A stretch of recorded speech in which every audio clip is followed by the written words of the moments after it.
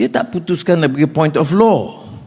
Dia tak putuskan dalam perjalanan mahkamah. Dia mungkin atau mungkin tidak. Sebab itu dia sebut mercy.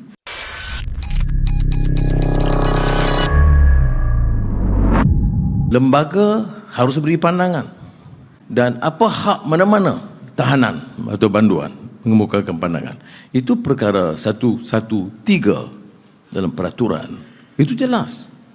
Tanpa kecuali. Sesiapa pun. Sebaik saja ada yang mengatakan mesti minimal 3 tahun. Tak betul. Siapa saja kali pertama ikut prosesnya boleh mengemukakan rayuan. Dan dalam kes ini bila rayuan dikemukakan benar. Perdana Menteri memastikan bahawa rayuan itu didengar. Jadi saya memang akui tanggungjawab itu. Tapi kalau ditanya mengapa Perdana Menteri mengambil sikap untuk mengemukakan cadangan rayuan daripada Datuk Seri Najib Razak begitu awal. Saya kata sebaik saya dapat mana-mana rayuan, saya mohon supaya lembaga pengampunan bicarakan. Jadi agenda 10, 9 termasuk 1 atas usul supaya ia diberikan pertimbangan oleh lembaga. Mesyuarat lembaga yang pertama 9 Disember yang lalu saya hadir kerana saya masih bertanggungjawab dalam isu wilayah persekutuan.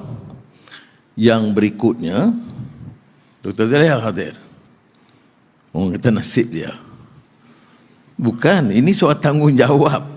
Wilayah tu ada, jadi dia jalan. Peguam negara hadir dalam semua mesyuarat. Lagi hebat peranan dia. Tapi proses itu mengikut kaedahnya yang saya teliti dalam satu mesyuarat yang saya hadir. Itu mendengar pertama apa asas rayuan. Selalunya memikirkan peranan dia, perjalanan hidup dia sebelum itu, keluarga dia, kehidupan dia di penjara, jasa dan khidmat dia, baik kepada keluarga ataupun kepada masyarakat, atau dalam kes Datuk Seri Najib kepada negara, itu semua diberi pertimbangan. Kemudian diberikan juga penjelasan tentang proses badan kehakiman. Apa kesnya, apa hukumannya. Kemudian kalau ada kes-kes yang dalam proses, semua itu dijelaskan, saudara. Kemudian masing-masing bagi pandangan dan akhirnya Yang di-Pertuan Agong membuat keputusan. Bagaimana nak salahkan Perdana Menteri ataupun Agong ataupun Peguam Negara atau berlembaga, tak berbangkit. Ya. Itu proses dia. Kita terima perlembagaan, ini bidang kuasa yang kita berikan sejak merdeka. Bahawa Kebahaduran Yang Maha Mulia Raja-Raja Melayu dalam memutuskan, dia tak putuskan dari point of law.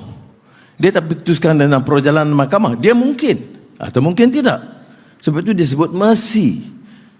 Dalam kes terdahulu ada menteri, ada orang biasa, ada kes hukuman bunuh, ada kes hukuman pelbagai, tetapi diberi peringkat-peringkat pengampunannya.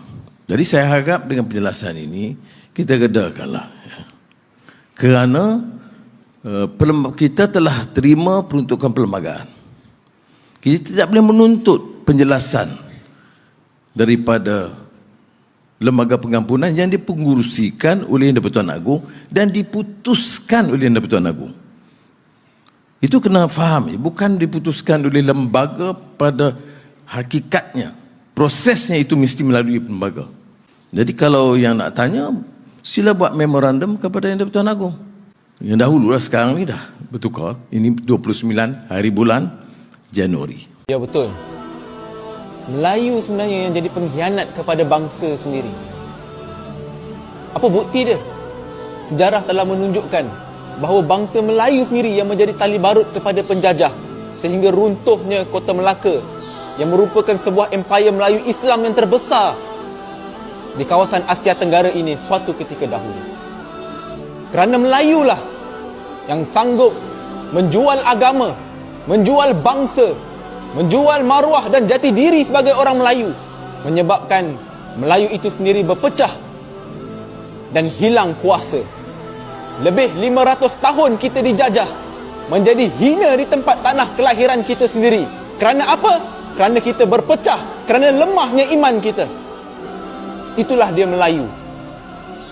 Dan hari ini, adakah kita nak ulang lagi peristiwa dan sejarah yang lama? Bila kita Melayu ini mula berpecah, adakah kita nak tengok kita orang Melayu menjadi hina di tanah kelahiran kita sendiri? Hanya dengan Melayu kembali kepada Islam, berpegang teguh kepada agama, bersatu padu, barulah Melayu akan dapat nikmat yang pernah kita rasa suatu ketika dahulu. Benarlah pesan Mat Kilau, jaga agama, jaga bangsa, jaga negara, jangan sampai bangsaku tiada negara.